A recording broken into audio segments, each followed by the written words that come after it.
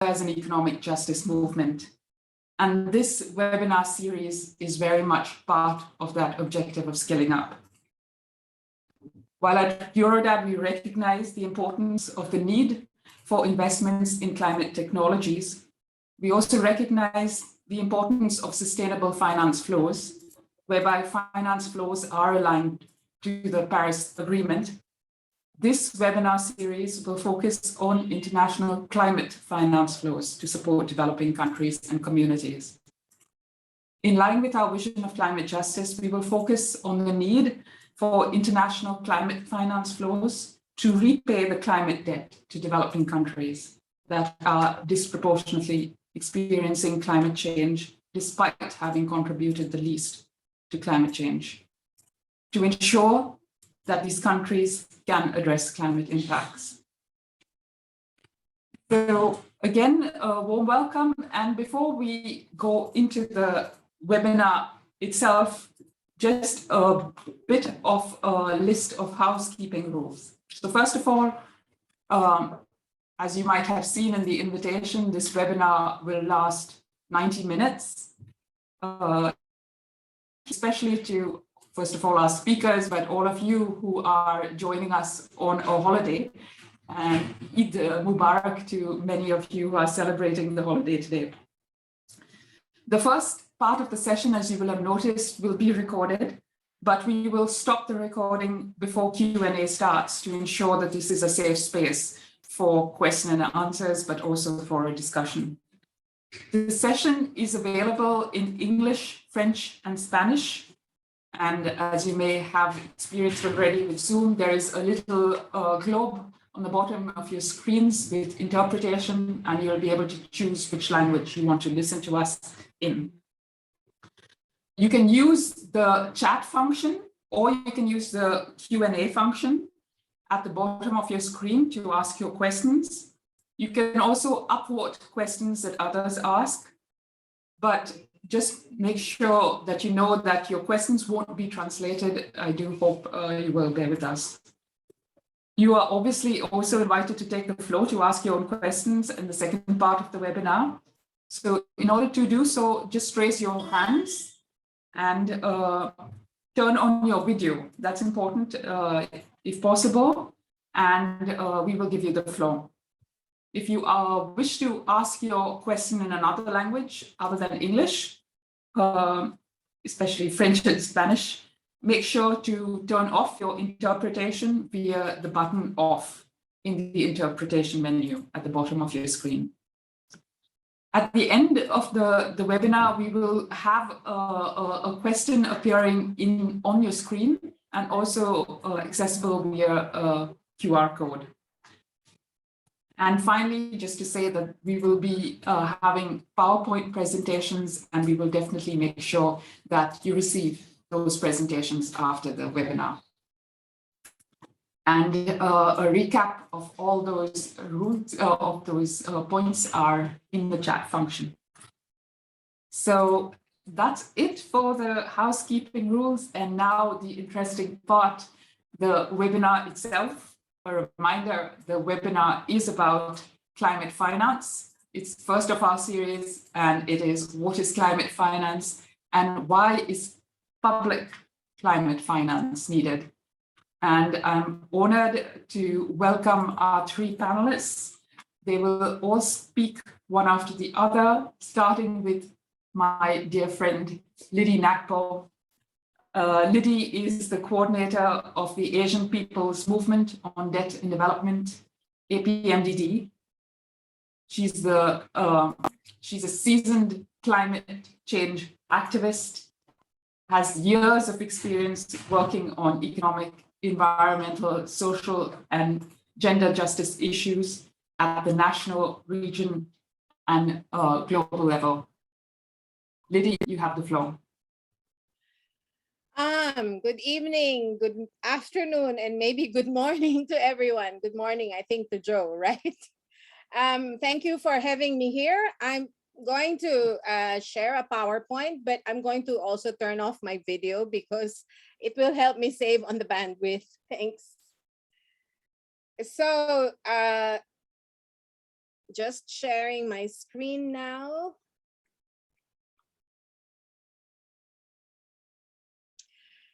So it's a really very important question to start this webinar series with the important question of what is climate finance.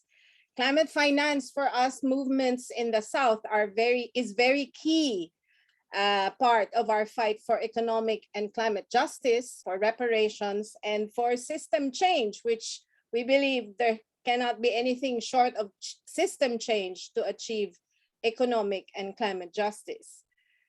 There are huge amounts, actually unprecedented levels of finance necessary to undertake immediate actions, as well as the systemic transformation necessary to prevent climate catastrophe, solve the climate crisis, and enable people and communities to deal with its impacts. Climate finance is finance for actions, policies, and programs that address climate change, but addressing climate cannot be separate from addressing other issues and other aims of social transformation. There are actually two definitions and usage of the term climate finance. There is the usage or definition under the UN Framework Convention on Climate Change, where climate finance is an agreed obligation of developed countries, parties, or governments to be provided for developing country parties, or as we say it, the global north providing climate finance for the global south. This is consistent with the recognition in the convention of common but differentiated responsibilities, a principle that was miraculously agreed in 1992, but unfortunately since then has been the subject of many efforts to water down this principle.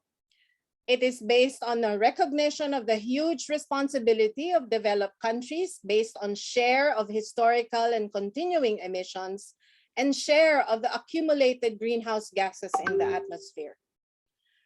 Under the UNFCCC, the purpose of climate finance is to cover the costs of mitigation and adaptation, and we add loss and damage. In the 1992 text and discourse, only mitigation and adaptation were being referred to. So the original text of the convention is not mentioning loss and damage. The term and concept of loss and damage emerged later as an area from, but asserted as distinct from adaptation to cover or to refer to actual as well as anticipated but unavoidable harm caused by climate change. There is now a raging debate or fight over developed countries' obligations to provide climate finance to cover loss and damage. So we must flag that. So this purpose covers adaptation, and we add loss and damage and mitigation. Under the UNFCCC, climate finance should be new, additional, adequate, and predictable, and based on the definition as obligation of country parties or governments. Climate finance is, without question, should be public finance or public finance in the main. The relevant provisions in the UNFCCC referring to climate finance and all the points that I have raised are in Article 4 on commitments, Article 11 on financial mechanisms, and also Article 12 because it's supposed to cover also all costs, full costs of communication of information related to implementation of climate actions. Outside of the UN Framework Convention on Climate Change, the definition is more generic. So it's climate finance is usually referred to as meant for climate programs and climate actions, regardless of sources, recipients, and modalities. So when we talk about fulfilling climate finance obligations under the UNFCCC, only those which are consistent with convention provisions should be counted. So here is a graph showing climate finance flows based on its generic definition. So you have flows from multilateral institutions such as the World Bank, the ADB, and others, from bilateral institutions as part of ODA, as being claimed as climate finance from private sector as investments, and then the finance flows within the context of UNFCCC. Climate finance used in the generic sense also includes domestic allocations by southern governments for climate programs. Within the context of the UNFCCC, these are the current facilities: the Global Environment Facility, Adaptation Fund, Special Climate Change Fund, the LDC Fund, and then the Green Climate Fund. And I think the future sessions will have a more deeper discussion of these different facilities.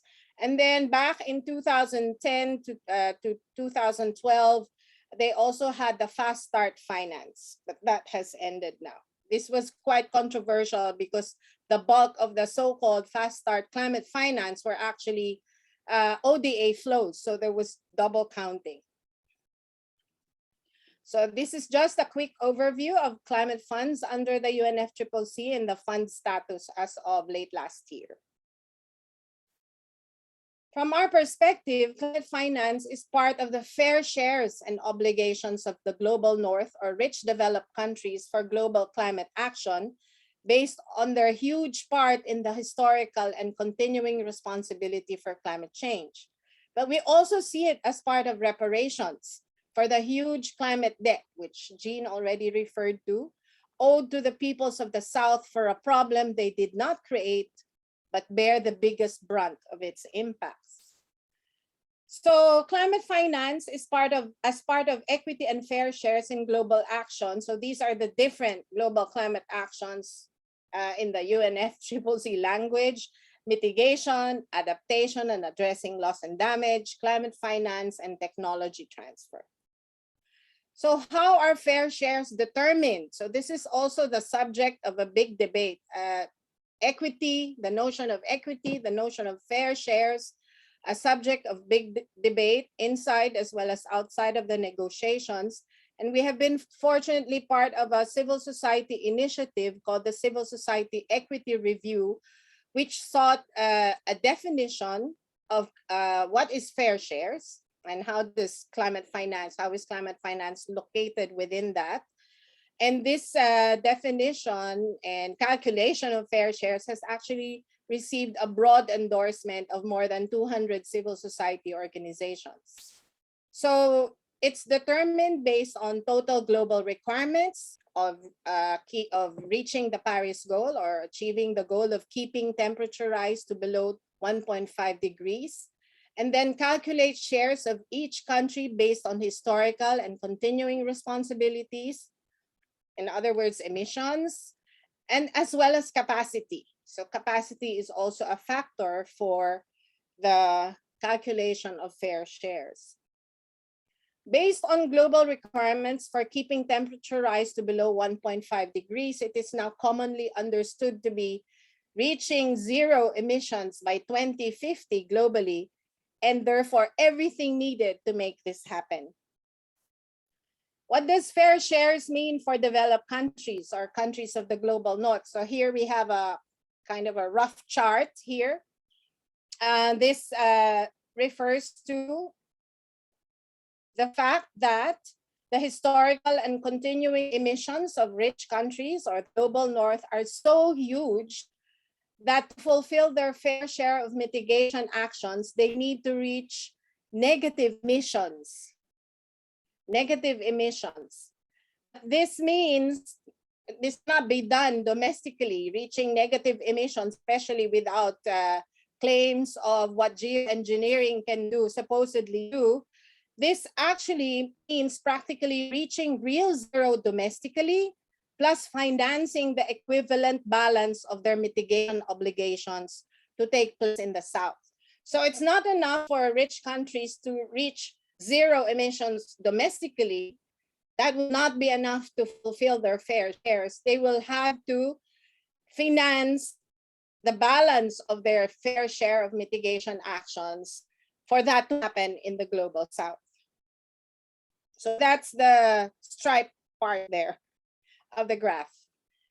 So that means the finance component of the fair shares of developed countries cover the balance of their fair shares in mitigation actions, which will be undertaken in the South, as well as financing adaptation and costs of loss and damage in the Global South. Of course, for developed countries, there's a typo there. For developing countries, countries of the Global South must also fulfill their fair shares. So we have our fair shares in the South. Plus, do additional mitigation actions, which is the balance of the fair shares of the North, and reach zero by 2050. So this additional mitigation actions must be financed by countries of the Global North. This should not be confused with offsets, right? These offsets are ways of avoiding reaching zero domestically by the developed countries. So this is also the basis for what are called the conditional actions in Southern nationally determined contributions, or NDCs. So NDCs usually say these are the unconditional actions, and these are the conditional actions, which means conditional on external finance.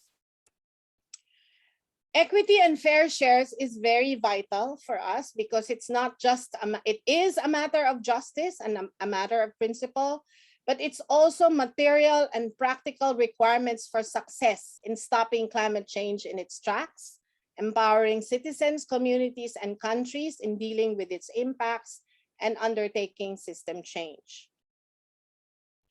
And finally, climate finance as part of reparations for climate debt. There are two aspects here which must be taken note of.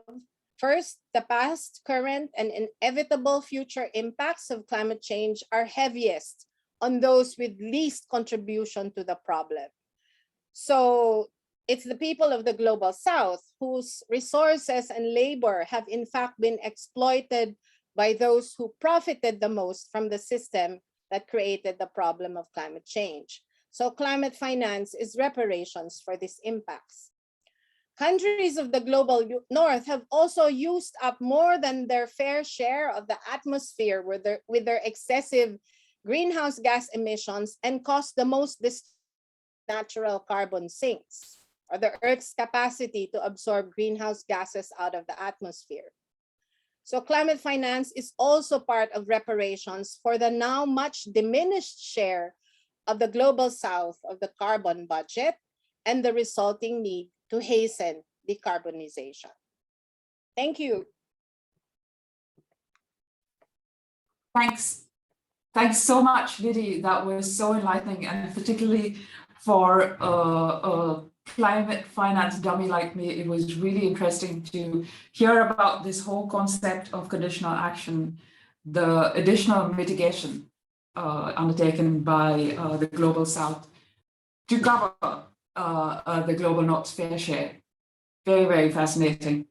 I move on then to Joe Thwaites. Warm welcome, Joe. Joe is an associate of the World Resource Institute's Sustainable Finance Center. His work focuses on enhancing the climate finance ambition of developed countries, supporting climate vulnerable countries in their engagement in international financial policy making, and ensuring a just transition in the shift from fossil to clean financing. Joe, the floor is yours. Thank you very much, Jean, and it's great to be with you and with the other excellent panelists today. So I'm also going to share a slide deck that I've produced. And as you mentioned, I work at WRI on international climate finance and focus a lot on finance flows from developed to developing countries, which Lidy gave a great introduction to. I'm going to look at some of the challenges and opportunities in terms of tracking these finance flows. So first of all, I think it's important to sort of look at what data sets exist in terms of official reporting. And there are two main ones out there, the UN FCCC requires developed countries to report every 2 years on the finance that they provide to developing countries. And so on the left, you can see an example of a table that summarizes this data. And then the other sources from the OECD, the Organization for Economic Cooperation and Development, which is a club of rich countries, and they have obviously their overseas development, official development assistance database, and they also compile the UN reporting along with some of their additional data sets, including ODA, to provide assessments regularly of developed to developing country climate finance. These data sets are useful, but they both have limitations. So the UNFCCC reporting misses some of the some of the multilateral outflows. So bilateral funding, it captures pretty well. It doesn't include all of the multilateral flows that we want to be looking at when we're thinking about developed to developing country finance. The OECD compilations are more complete. They do include the multilateral flows, but they generally don't provide the breakdowns country by country. And obviously that's a bit of a challenge, because one of the things we really want to answer is which countries are doing a decent job, which countries need to do more, and how much do they need to do more by. So that's one of the real challenges in terms of developed to developing country climate finance tracking. Zooming out a little bit, there's a lot of bigger questions around what we should actually count as climate finance. One of the core questions is around the motivation and the causality. Should we only be counting stuff that right from the very beginning, right from the idea of the project funding, it was very clear that it was always going to be about climate? Or should we also count funding that maybe wasn't initially intended to be focused solely on climate, but ends up doing a lot of good for the climate? Should we count that funding as well? There's also a big debate around whether to count only grant finance or to count non-grant instruments, including loans, equity and guarantees and insurance. And if you were to count all of those other instruments, how do you count that? Because the value of a loan and the value of a grant are arguably quite different. And then there's the questions around origin providers and recipients. So a lot of the focus is on developed to developing country finance flows, but there's also a lot of increasingly South-South finance, particularly from China and other emerging economies. So should we start looking at that, even if they're not subject to formal obligations to provide such finance? And then in terms of recipients, developing countries are obviously key recipients, but should we also be tracking funding that goes to NGOs, private sector in developing countries, and how should we track international flows through international organizations? On the country definitions thing, one of the real challenges actually is that even though, as Lidy mentioned, the UNFCCC and the Paris Agreement talk a lot about developed and developing countries, there's not actually a formal definition of what they are. The UNFCCC uses the term a lot, the Paris Agreement uses the term a lot, and often it's taken to mean the developed countries are the Annex 1 parties, or perhaps the Annex 2 parties, which are a subset of the Annex 1, and that developing countries are all the non-Annex 1 parties. But that's not actually formally defined anywhere, and it's subject to sort of some discussions and debate. And then a further problem is that the OECD uses the terms ODA eligible and non-ODA eligible countries, and they don't map perfectly onto the UNFCCC definitions. And so the diagram on the right, you see these two triangles that are caused by the intersection of the between the light blue and the red boxes, and then which are the ODA and non-ODA eligible countries, and then the lines around those boxes are the UNFCCC definitions. So it's just a sort of stylistic visualization of how there are some countries that are eligible for overseas official development assistance that are not counted as non-Annex 1 parties in the UNFCCC, and vice versa. There are some non-Annex 1 parties that aren't eligible for official development assistance, so their data doesn't show up in the OECD climate finance reporting, even though they are, for all intents and purposes, developing countries that can receive finance. So there's a lot of challenges. And then there's the issue of delivery channels. So bilateral flows from one government to another, or from one institution in a developed country to an institution in a developing country, is relatively straightforward to track and report. But what about the funding that goes through multilateral development banks? The MDBs get core contributions from developed countries and from other countries indeed, but then they raise additional money by issuing bonds on global capital markets. And then so the outflow of MDB finance is often bigger than their inflow, but only a portion of that ends up being on climate. So you shouldn't, you wouldn't count the whole core contribution to an MDB, because that doesn't take into account all the other stuff that MDBs do. But equally, you want to perhaps count the amount of public finance that they've raised by issuing their own bonds. So there's a need to sort of attribute those MDB outflows back to the original countries, and that gets very complicated. With other multilateral institutions, it's not generally as difficult because they aren't usually issuing bonds, but there's still this issue of the climate specific contributions, and then what is flowing out of those funds may be slightly different, particularly if the funds are using grant-based contributions to make loans to recipient countries. So it gets very complicated. And we attempted to sort of provide a country breakdown of the data by combining some of these different data sets. So we used the UN reporting for bilateral and multilateral climate funds.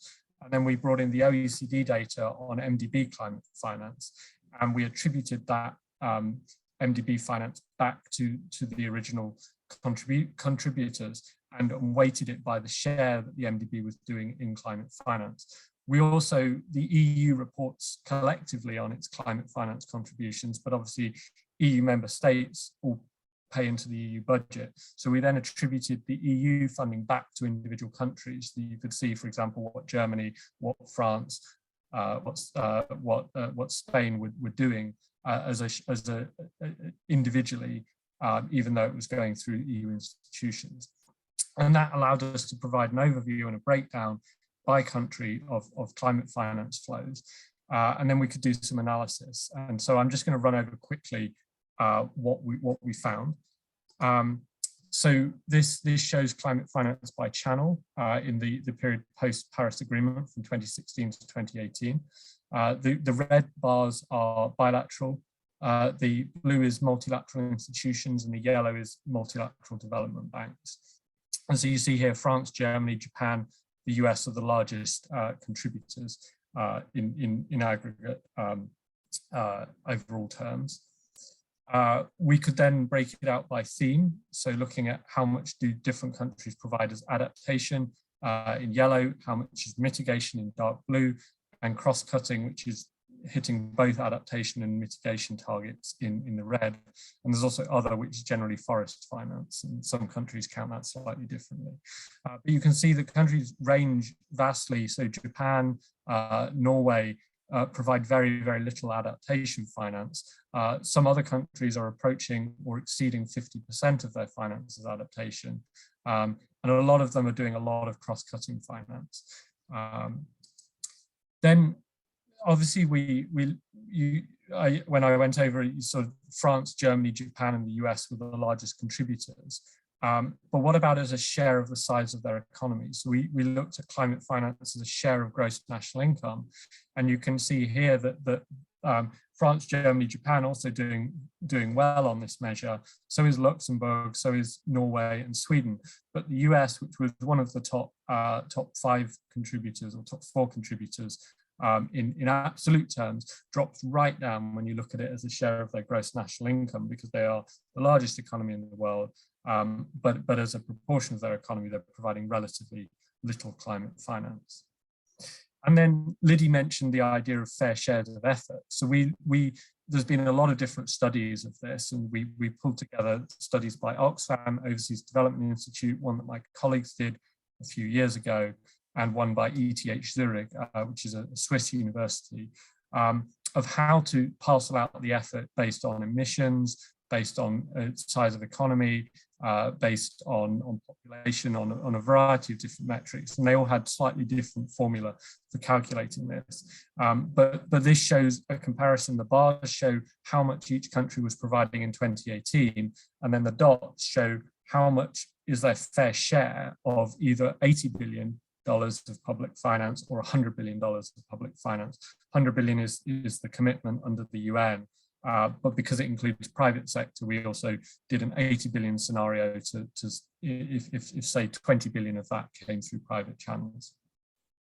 And then we also plotted it against looking at the grant component. So the share of grant finance is left to right. So on the right, in the green, the countries that have higher proportion of grant finance are on the right, the countries with lower proportion on the left, and then the delivery towards the fair share of the 100 billion goal, the higher you are, the better you're doing, the lower you are. So you see the US is on the bottom left quadrant, Norway, Sweden in the top right, and then other countries are sort of dispersed in between.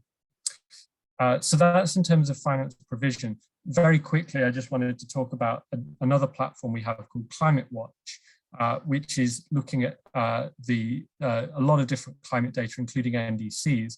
And so you can see how countries are talking about their finance needs in their plans that they submit under the Paris Agreement. You can also search all of the NDCs by keywords. So you could put in finance, you could put in loss and damage, you could put in adaptation finance, things like that, and see what countries are saying in all their NDC submissions. And finally, you can compare the NDCs on finance data. So you can compare between different countries, but you can also look at different countries and their different NDCs because they've all submitted several at this point. So you can see how their discussion of finance needs has evolved over time. If you want to look deeper, the Climate Watch data on NDCs is available at climatewatchdata.org. The paper on the developed country provision of finance is available at this link. You can also reach out to me over email or Twitter, but I'll leave it there, but happy to answer questions later on. Thank you. Thank you very much, Joe. That was a lightning introduction into this very complex discussion on tracking climate finance, the different kinds of climate finance, as well as the complexity of the different players involved. Definitely the OECD's methods are imperfect, and that's certainly something that we can come back into at Q&A and discussion. Last but not the least, I certainly welcome Mr. Quamrul Chowdhury.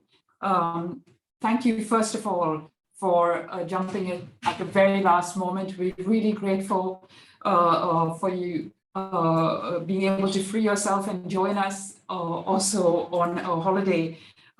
Thank you very much. Mr. Quamrul Chowdhury currently serves as the lead negotiator on climate change for both the G77 and the group of least developed countries, the LDC group.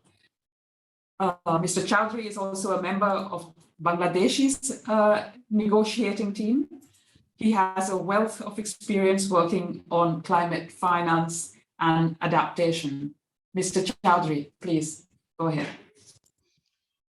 Thank you for inviting me at the last moment. After two excellent presentations on climate finance, different aspects raised by Joe and our colleague from the Philippines on climate finance, it's a huge area. So what is the need or requirements of developing countries or global south, or say what Joe said, non-Annex 1 countries? Say if I remember correctly, in the run-up to Copenhagen COP15 in 2009, we are asking as a lead negotiator on climate finance at that point of time in history. I was asking for $5 trillion for mitigation and adaptation, and $2 trillion for technology transfer, $1 trillion for capacity development, altogether $8 trillion, as the 77 share asked me to push these figures. But at the end of the negotiation in Copenhagen, you know all that 100 billion ballpark figure was a notional figure agreed on. And that figure gave a shape in Cancun and then Durban, Doha onwards. And from 2000, say 10 to 12, we had say fast start finance. So that's like a startup. The intention at that point of time was it would be new, it would be additional, it would be over and above ODA, it would be grant public finance. But later on, private sector was also included in that. And also with public finance, say multilateral agencies, loan and other concessional finance came in.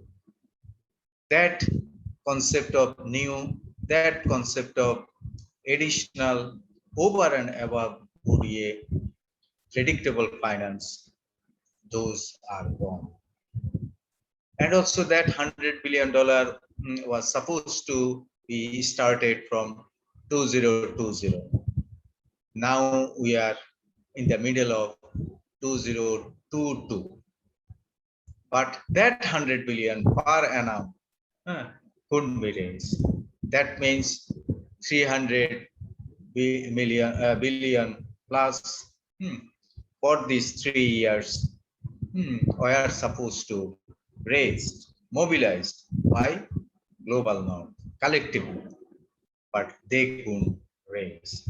And they didn't even give a heed to the call of, say, so many IPCC reports in between. Say IPCC Year 5, Year 6 reports. Those are like red alerts, number 10 signals.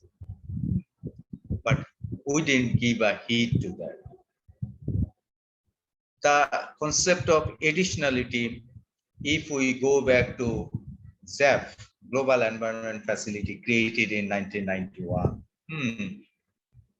that is one type of concept. But in climate change, climate fairness, climate negotiation, as a climate negotiator, we are arguing that additionality over and above ODA and public finance, grant finance, not concessional loans, not multilateral, say, treaties. It should be through JAP, Global and Green Climate Fund, LDC Fund, Adaptation Fund under Kyoto Protocol, and now under Paris Agreement. That way we thought of, but Global North tried to push us towards 1991 SAF type of model of climate finance, World Bank type of climate finance, like loans, or AB, or African Development Bank, or Latin American Development Bank, or European Bank. that type of loans, not grants.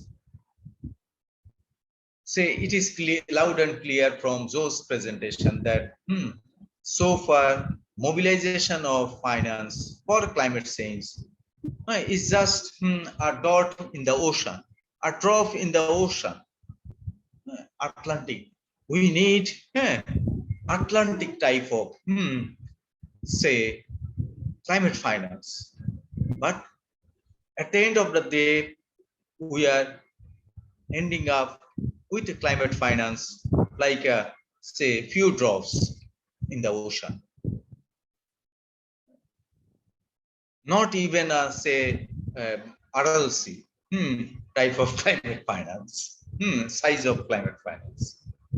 If we do require or need say Atlantic, Pacific, and Indian Ocean together, aggregate climate finance, we are getting just like Red Sea type of climate finance. So if we compare in that order, size-wise, forget about whether it is loan or grant, public finance or private finance. But do you know that every year we are pumping in 5 to 7 trillions of dollars for fossil fuel subsidies worldwide? If we can pump in, cut back, slash a portion of that subsidy and ship on aid for climate finance, we can solve the climate problem. I think before 2030. But we are not doing that. We give lip services. We make lot of lofty promises. I have been in climate change negotiation since 1991, 92, since INC days. We have crafted our very dear climate change framework convention in 91, 92. In first conference of parties, COP1 in Berlin in 1995, which was chaired by Angela Merkel. At that point of time, she was German environment minister. Berlin mandate was supposed to deliver Kyoto Protocol. Yes, we have succeeded in crafting Kyoto Protocol in 1997 in COP3 in Kyoto, but that was jeopardized by the withdrawal of USA at the last minute. Because Al Gore was leader of the delegation of USA, he negotiated with us, and we gave a lot of concessions in Kyoto Protocol for USA, but later on US withdrawn. They didn't ratify. They signed it in 1997 in Kyoto, but later on, since Al Gore was making concession at the presidential rate, and Junior Bush came in and he just didn't ratify it. Same thing happened in 2015. John Kerry was leading the negotiation from US side, and he made a lot of lofty promises, and he even cut out the word say compensation from the text, that without with compensation we can't agree on. US Congress will not agree on for loss and damage. So we considered that, and we signed say Paris Agreement. But later on, they also Bush, then Trump came in, and he also withdrawn from Paris Agreement 4 years gone by, and Paris Agreement couldn't fly. That way, the momentum couldn't be galvanized because of the retraction, withdrawal of United States. Good thing, Joe Biden came in and they returned to Paris Agreement. But what happened in Glasgow, we all know. That was another compromise we made from the global south. Climate finance couldn't be mobilized. That 300 plus billions of dollars could be mobilized in Glasgow. Glasgow climate fact is just half empty one. Yes, half glass full, half glass empty. And we are sent to Sharm el Sheikh and Doha and beyond. This year, come November, next year, next year in Eastern Europe to climate finance. What is the definition of climate finance? Also sent to those cities, those conference of parties, not in Glasgow. Even after, say, 8 years of signing Paris Agreement. So these are the tragedies of the commons. These are the tragedies of the global south. And many of the southern countries, like vulnerable countries like Bangladesh, Nepal, Maldives, Samoa, Uganda, Kenya, Marshall Island, Pacific Island, or Caribbean islands, African countries are not at all responsible for causing climate change. But we are the most innocent victims. We are suffering. Even IPCC Year 6 report on adaptation, they came out with loud signal that 3.8 billion people are on the hook of adverse impacts of climate change in these countries. How to take them off the hook without climate finance, without means of implementation? Can you address that? Without means of implementation, without climate finance, technology transfer, capacity building, and over and above mitigation in Annex 1 countries.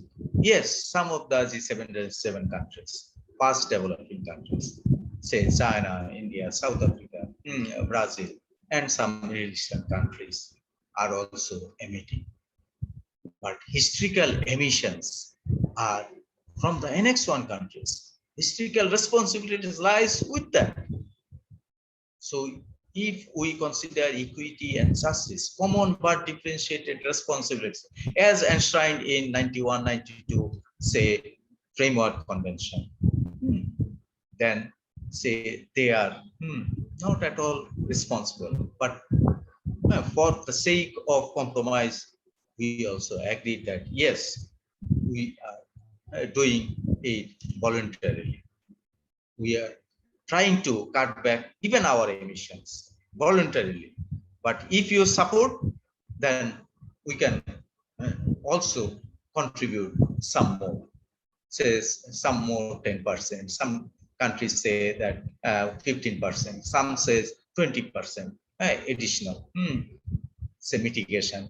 We are also trying to cut back, but that will depend on how much climate finance flows. If it is not at all flowing, if it is not pumped in, if it is not siphoned towards developing countries, global south, then how can we say forget about adaptation? How can we mitigate? And now the cost of adaptation in our countries gone up because you are not cutting back your luxurious lifestyles. You are not going to cut back your emissions. back at home, in USA, in UK, in EU, you are cutting slowly at a snail's pace. When you do require to move fast, you are going slowest of the slow phase. When you need fast bowling, you are doing spin bowling. It will not do. So that way we have to galvanize the momentum and try to scale up climate finance, ramp up climate finance. And we need a Marshall Plan type of climate finance, like immediately after Second World War. Yes, because of COVID, because of, say, Ukraine, there are a lot of limitations. But if you can finance those, if you can finance wars, why not you fight climate change, finance the fight climate catastrophe? Don't you need to say, look at how to rescue 3.8 billion people who are on the hook of climate change? Try to take them off the hook. That is the call of the day right now, right before Sharm el-Sheikh. Thank you very much. Thank you very much, Mr. Chowdhury, for those very important reminders about what lies at stake for the next climate summit at Sharm el-Sheikh.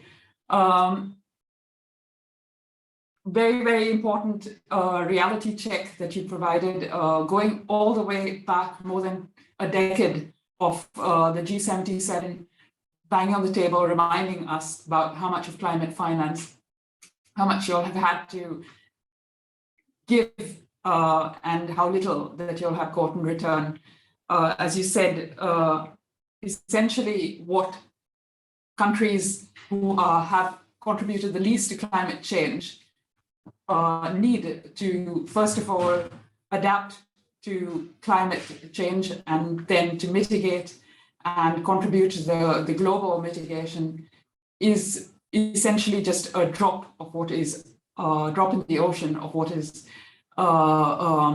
needed, essentially, which is the ocean itself. Thank you very much, Mr. Chowdhury. And with that, we've ended the panel's input.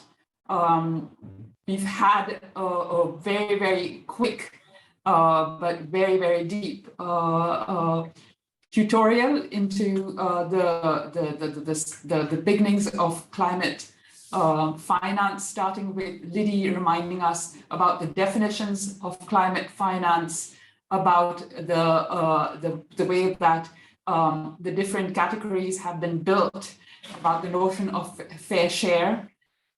We had Joe explain to us about the different kinds of climate flows, about the complexity of, first of all, tracing climate flows, how that has become much more complex, especially because of the deepening of the involvement of financial intermediaries, multilateral development institutions, particularly the MDBs. And then Mr. Chowdhury basically painting how difficult and challenging from a global South negotiator that climate change negotiations have been, how little essentially the global North has been willing to give, despite the immense needs on the table, and those needs have been brought home very, very clearly by the different IPC, different expert reports on climate change, and particularly this year. And of course, beyond that, if you look outside, if you read the newspapers, we see how immensely impacted, particularly poor communities are right now of climate change. Thank you very much, Lidy, Nacpil, Joe Thwaites, and Mr. Quamrul Chowdhury for your inputs. We will stop the recording now.